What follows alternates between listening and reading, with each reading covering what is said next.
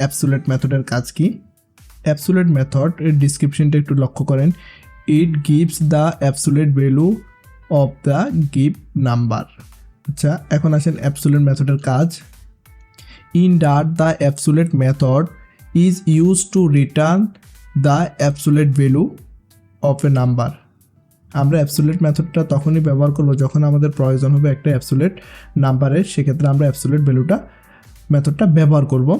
সেই মেথড আমাদেরকে absolute value return করবে। The absolute value of A number it is on non negative version. মানে absolute ভ্যালুটাকে আমরা জানি যে সব ক্ষেত্রে নেগেটিভ নাম্বারকে পজিটিভ করার কাজ হলো অ্যাবসোলিউট ভ্যালুর। Meaning it remove any negative sign if present. আমি আগেই বলেছি নেগেটিভ যতগুলো নাম্বার আছে সবগুলোকে পজিটিভ করে absolute method. The method works for both integer এবং ফ্লোটিং পয়েন্ট বা ডাবল। অ্যাবসোলিউট মেথডটা দুইটা ডাটা টাইপে কাজ করে, ইন্টিজার এবং ডাবল, দুই ডাটা টাইপে অ্যাবসোলিউট মেথড কাজ করে, সমস্যা নাই। আমরা অ্যাবসোলিউট মেথডের সিনট্যাক্সটা দেখি। অ্যাবসোলিউট মেথড ব্যবহার করার জন্য আমরা ভেরিয়েবলের সাথে একটা ডট দিয়ে অ্যাবসোলিউট মেথডকে কল করতে পারি। এখন আমরা প্র্যাকটিক্যালি দেখি কিভাবে অ্যাবসোলিউট মেথডটা কাজ করে। আমি এখানে একটি ডাট ফাইল ক্রিয়েট করেছি এবং দুইটা ভেরিয়েবল নিয়েছি, একটা হলো ইন্টিজার টাইপের, একটা ডাবল টাইপের। আমরা এখন দেখবো অ্যাবসোলিউট মেথডটা কীভাবে কাজ করে। সেই জন্য আমি প্রিন্ট স্টেটমেন্টকে কল করছি। প্রিন্ট স্টেটমেন্টের মাধ্যমে আমরা অ্যাবসোলিউট ভ্যালুটা প্রিন্ট করে দেখাবো। প্রিন্ট নেগেটিভ নাম্বার, ইন্টিজারটা আগে দেখি, ইন্টিজার ডট অ্যাবসোলিউট।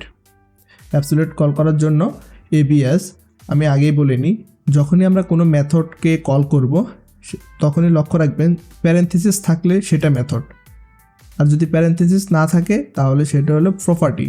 ক্লিয়ার? আমি আবারও বলি, যে সকল ডট দেওয়ার পরে যে সকল আমরা প্রপার্টি এবং মেথড ব্যবহার করব তার চেনার উপায় হলো যদি প্যারেন্থেসিস থাকে তাহলে সেটা হবে মেথড, আর যদি প্যারেন্থেসিস না থাকে তাহলে সেটা হলো প্রপার্টি। মেথড মানে তার মধ্যে কোনো সময় ভ্যালু দিতে হয়, যে কোনো ভ্যালু সে রিসিভ করে প্যারামিটার হিসাবে। আচ্ছা, এখন আমরা মেথডকে কল করেছি সেজন্য প্যারেন্থেসিস আছে।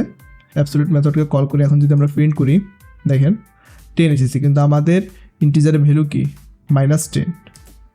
ক্লিয়ার? যদি শুধু ইন্টিজারের ভ্যালুটা আমরা প্রিন্ট করি, নেগেটিভ ইন্টিজার ভ্যালুটা যখন প্রিন্ট করব, দেখেন ভ্যালুটাকে প্রিন্ট করার সাথে সাথে প্রথমে কি এসেছে, -10 এসেছে। যে আমি ডট অ্যাবসোলিউট মেথডকে কল করেছি আমার মাইনাসটা রিমুভ হয়ে পজিটিভ হয়ে গেছে, অ্যাবসোলিউট ভ্যালু সে প্রিন্ট করেছে। এখন আসেন আমরা দেখব ডাবলের ক্ষেত্রে।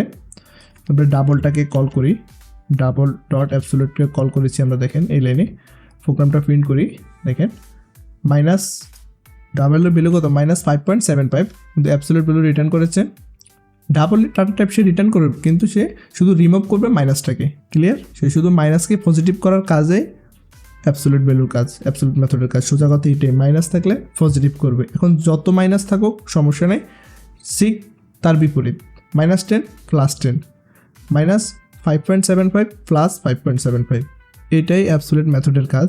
তাহলে আপনারা বুঝলেন কীভাবে অ্যাবসোলিউট মেথডটা কাজ করে।